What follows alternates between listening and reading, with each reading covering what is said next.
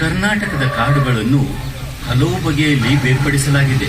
ಅದರಲ್ಲಿ ಒಂದು ನಿತ್ಯ ಹರಿದ್ವರ್ಣ ಕಾಡುಗಳು. ಇಲ್ಲಿ ನಾನು ಇಡೀ ವರ್ಷ ಹಸಿರೆಲೆಗಳಿಂದ ಕಂಗೊಳಿಸುತ್ತಾ ತುಂಬಾ ದಟ್ಟವಾಗಿ ಬೆಳೆದು ನಿಂತಿದ್ದೀನಿ. ನನ್ನ ಮೇಲೆ ವರ್ಷಕ್ಕೆ ಸರಾಸರಿ 250 ಸೆಂಟಿಮೀಟರ್ ಮಳೆ ಬೀಳುತ್ತೆ. ಸುರಹೊನ್ನೆ, ಮಾವು, ಹಲಸು, ನೊಗ, ಧೂಪ ಮುಂತಾದ ಮರಗಳಿಗೆ ನಾನು ಆಸರೆಯಾಗಿದ್ದೀನಿ. ನಿತ್ಯ ಹರಿದ್ವರ್ಣ ರೂಪದಲ್ಲಿ ನನ್ನನ್ನ ಉತ್ತರ ಕನ್ನಡ, ದಕ್ಷಿಣ ಕನ್ನಡ, ಶಿವಮೊಗ್ಗ, ಹಾಸನ, ಚಿಕ್ಕಮಗಳೂರು ಹಾಗೂ ಕೊಡಗಿನಲ್ಲಿ ನೋಡಬಹುದು. ಎರಡನೆಯ ಬಗೆ ಎಂದರೆ ತೇವಾಂಶ ಕೂಡಿದ ಎಲೆ ಉದುರುವ ಕಾಡುಗಳು. ಇಲ್ಲಿ ನಾನು ವರ್ಷಕ್ಕೆ ಸರಾಸರಿ 150ರಿಂದ 200 ಸೆಂಟಿಮೀಟರ್ ಮಳೆ ಪಡಿತೀನಿ.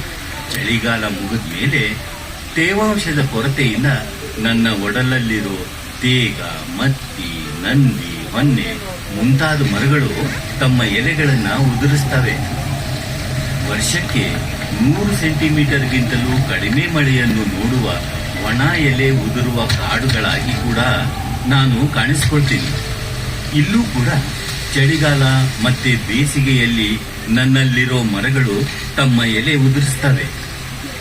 ಆನೆ, ಹುಲಿ, ಕಾಡುಕೋಣ, ಚಿರತೆ ಮುಂತಾದ ಪ್ರಾಣಿಗಳನ್ನು ನಾನಿಲ್ಲಿ ಸಾಕ್ತಿದ್ದೀನಿ.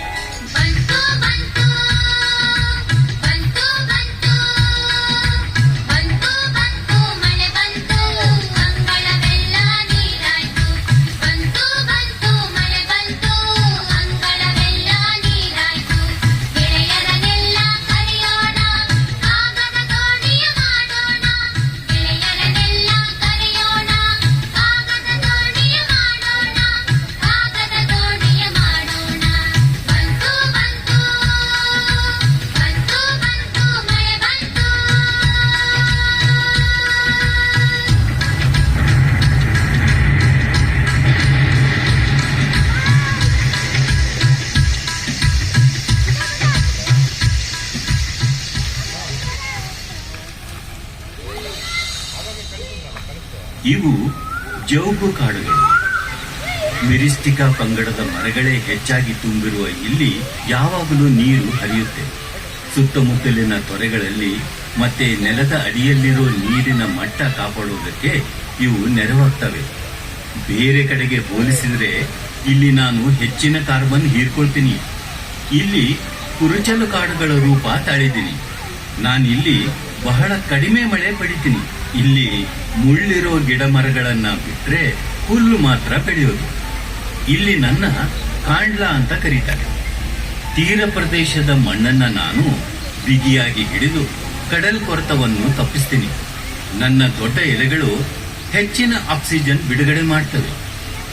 ನಮ್ಮ ನಾಡಿನ ತುಂಬಾ ವಿಶೇಷವಾದ ವನ ಸಂಪತ್ತಿನಲ್ಲಿ ಶೋಲಾ ಕಾಡುಗಳ ರೂಪದಲ್ಲಿ ನನಗೆ ತುಂಬಾ ಮಹತ್ವ ಇದೆ. ಬೆಟ್ಟದ ಮೇಲೆಲ್ಲ ಹುಲ್ಲು ತುಂಬಿರುತ್ತೆ. ಇಳಿಜಾರಿನ ಕಣಿವೆಯಲ್ಲಿ ಮಾತ್ರ ಗುಂಪಾಗಿ ನಾನು ಬೆಳೆದಿರ್ತೀನಿ. ಹೀಗೆ ಬೆಳೆದ ಕಾಡುಗಳ ಗುಂಪಿಗೆ ಶೋಲಾ ಕಾಡುಗಳು ಅಂತಾರೆ. ಇಲ್ಲಿ ನನ್ನ ಮರಗಳು ತುಂಬಾ ಎತ್ತರಕ್ಕೆ ಬೆಳೆಯೋದಿಲ್ಲ. ಅಪರೂಪದ ಕೀಟಗಳು, ಕಪ್ಪೆಗಳು, ಚಿರತೆ, ಕರಡಿ, ಜಿಂಕೆ, ಆನೆ ಹಾಗೂ ಬಗೆ ಬಗೆಯ ಹಕ್ಕಿಗಳು ಇಲ್ಲಿ ನೆಲೆ ಕಂಡುಕೊಂಡಿವೆ.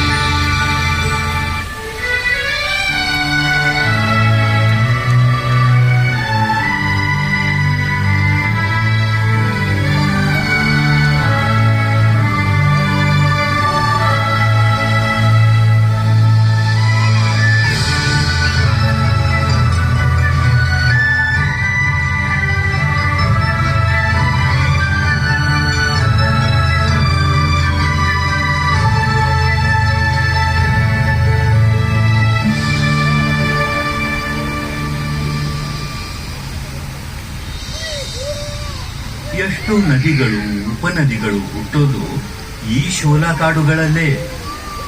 ಬೆಟ್ಟದ ಮೇಲಿನ ಹುಲ್ಲುಗಾವಲು ಮಳೆಗಾಲದ ನೀರನ್ನು ಹೀರಿಕೊಂಡು ಕೆಳಗಡೆ ಇರೋ ಶೋಲಾ ಕಾಡಿಗೆ ಸಾಗಿಸ್ತವೆ.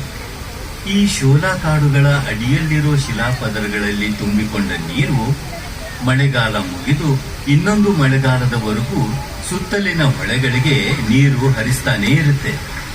ಹೀಗಾಗಿ ಆ ಹೊಳೆಗಳ ನೀರು ಬಿರು ಬೇಸಿಗೆಯಲ್ಲೂ ಇಂಗೋದಿಲ್ಲ. ಪಶ್ಚಿಮ ಘಟ್ಟದ ಶೋಲಾ ಕಾಡುಗಳಲ್ಲಿ ಸಾಕಷ್ಟು ಹಳ್ಳ ತೊರೆಗಳು ಹುಟ್ಟಿ ಉಪನದಿಗಳನ್ನು ಸೇರ್ತವೆ. ಕೆಲವು ತೊರೆಗಳು ಆಳವಾದ ಕೊರಕಲ್ಲಿನಲ್ಲಿ ಮನಸೆಳೆವ ಅಬ್ಬಿಗಳಾಗಿ ಮೈದಾಳಿವೆ. ನೇತ್ರಾವತಿ ನದಿ, ಕುಮಾರಧಾರಾ ಹೊಳೆ, ಎಳ್ನೀರು ಹೊಳೆ, ಲಕ್ಷ್ಮಣ ತೀರ್ಥ ನದಿ.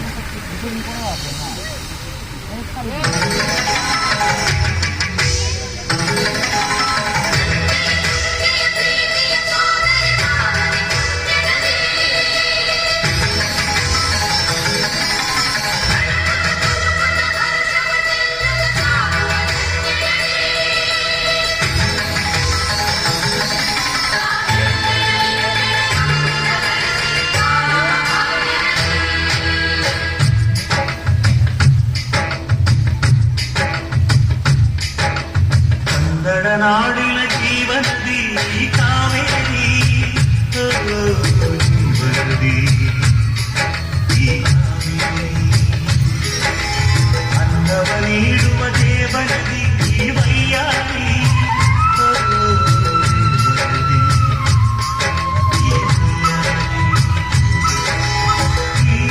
ತಾಯಿರು ನಕ್ಕರೆ